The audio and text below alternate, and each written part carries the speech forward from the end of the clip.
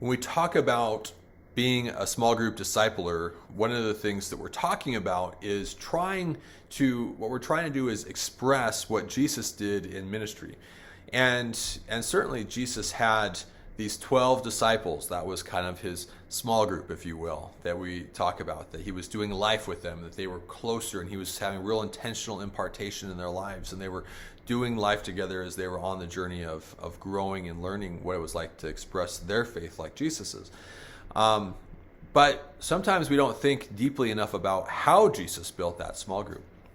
Because what we see in Jesus's approach is that he had a small group because of his approach and his mindset in ministry. And his approach in ministry was that he did not just have this small group and that was ministry to him, even though that would be his legacy ultimately in the world through the kingdom of God growing through their witness. But it was bigger than that. He was just ministering in his world.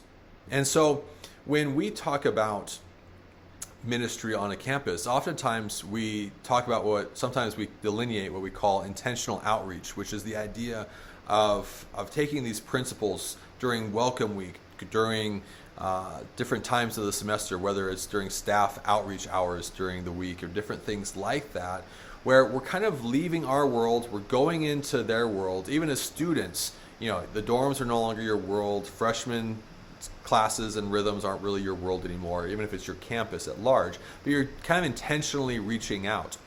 And we see Jesus do this. We see him just coming to earth from heaven and going to different villages and towns along the way, trying to pursue the world.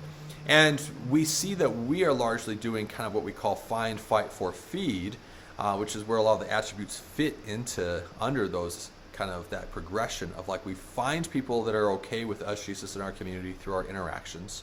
We're fighting for them to have encounters with us, Jesus, in our community, so that we can feed them in a way that they learn to emulate what we've expressed by giving them those encounters.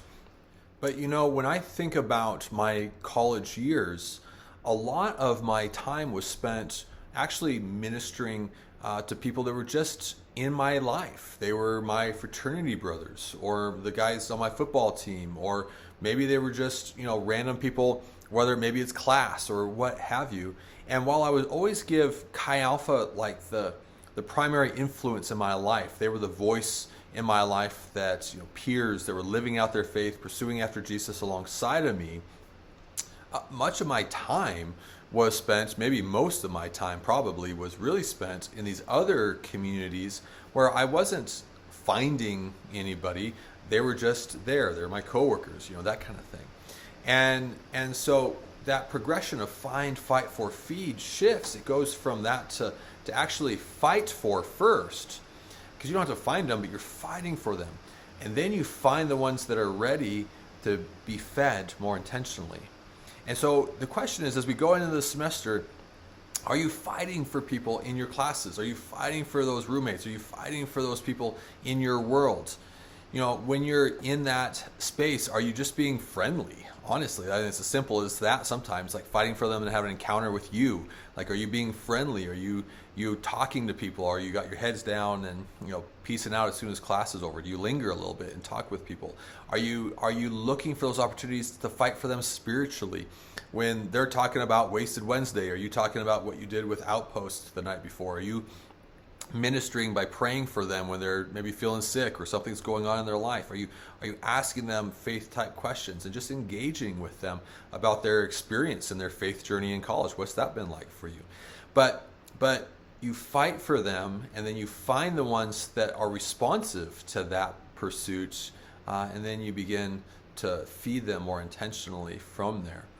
And we've often over the years seen the best small group leaders do both of these. They don't just relegate ministry to something I do on Tuesday night when I do my small group meeting, or those random outreach moments like Welcome Week when I do that with the campus ministry, but their lifestyle is one of ministry. And what we see ultimately is that's the thing for Jesus. He is ministering as a lifestyle.